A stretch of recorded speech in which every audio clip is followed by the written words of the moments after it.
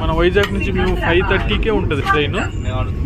5:30కి ఉంటుంది కాబట్టి మనం ఫుడ్ ఎక్కడ తీసుకోలేము కాబట్టి వందే భారత్ ట్రైన్లో ఇంకో ముఖ్య విషయం ఏంటంటే గట్టినే ఎవరైనా హెల్త్ ఎమర్జెన్సీ కూడా ఉంటుంది.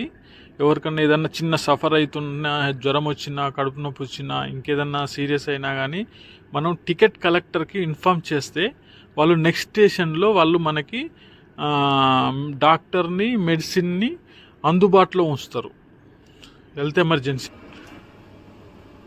అలా నెక్స్ట్ స్టేషన్లో ఒక డాక్టర్ని, మెడిసిన్ని అందుబాటులో ఉంచుతారు.